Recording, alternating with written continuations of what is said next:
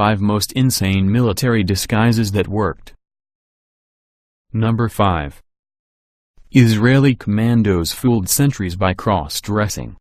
In 1973, Israel launched Operation Spring of Youth as part of a larger operation targeting the Palestinian Liberation Organization, as a revenge for the massacre of Israeli athletes at Munich.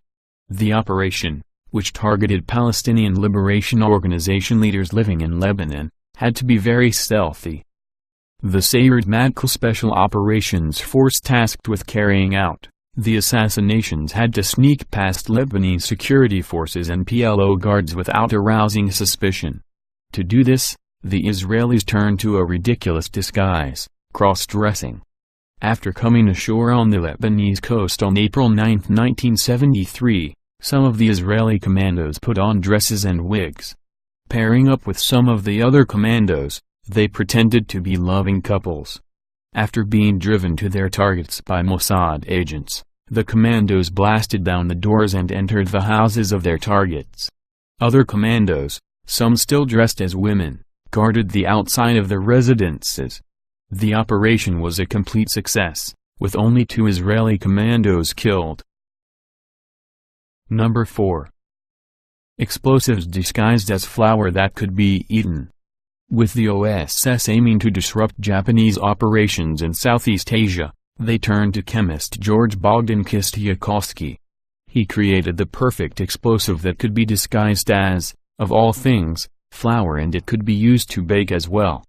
The Aunt Jemima mixture of 3 parts explosive and 1 part flour could be sneaked past Japanese soldiers without suspicion. If they did get suspicious, a realistic-looking and tasting loaf of bread could be made and eaten to prove to the Japanese that the flour was just flour. Although the flour could be ingested, the original mixture would have made people very ill. This was amply demonstrated in an incident when a Chinese cook disobeyed orders and ate a muffin, becoming so ill that he nearly died. Ultimately, a second version of Aunt Jemima was developed that was far less toxic than the first variant and could be consumed safely in quantity. In the end, more than 15 tons of the stuff was smuggled into Japanese-controlled areas with the Japanese none the wiser. Number 3. Dazzle camouflage. By 1917, with German U-boats having sunk a good 20% of the British merchant fleet, Britain needed to stem the losses any way it could. Although previous attempts to disguise merchant ships had failed spectacularly or been impractical in hiding the ships entirely from U-boats, artist Norman Wilkinson's Dazzle camouflage was designed to obscure the bearing of the ship instead.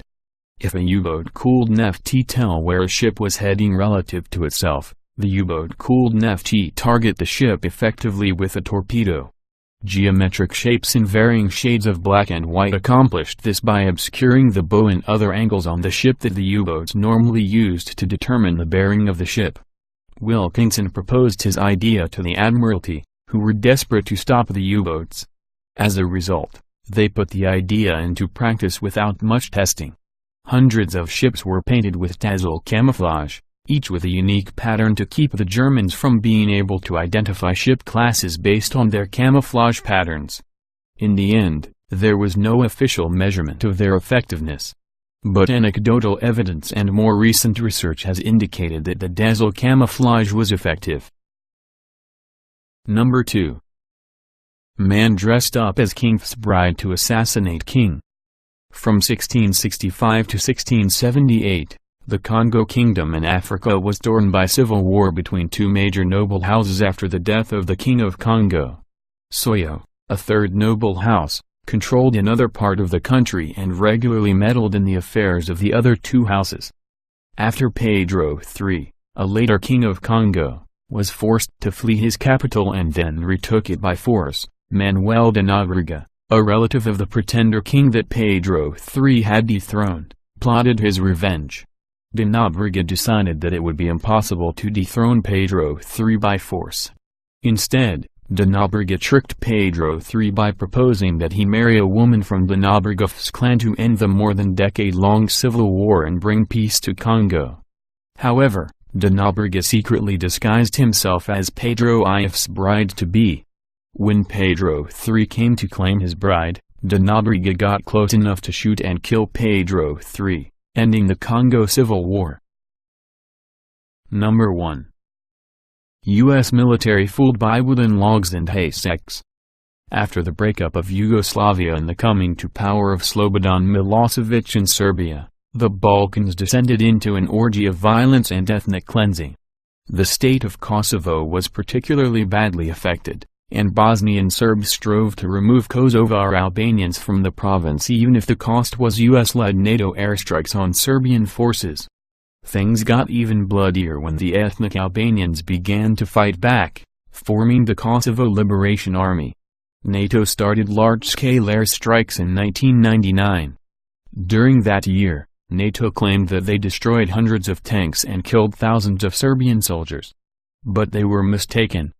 The Serbian army had used primitive decoys to fool NATO aircraft. They made fake bridges out of plastic sheeting, artillery guns out of logs, and fake anti-aircraft missile launchers out of milk cartons. Amazingly, these ridiculous disguises actually worked. The Serbian army was mostly intact and withdrew in good order with nearly all of its equipment after the 1999 ceasefire was declared.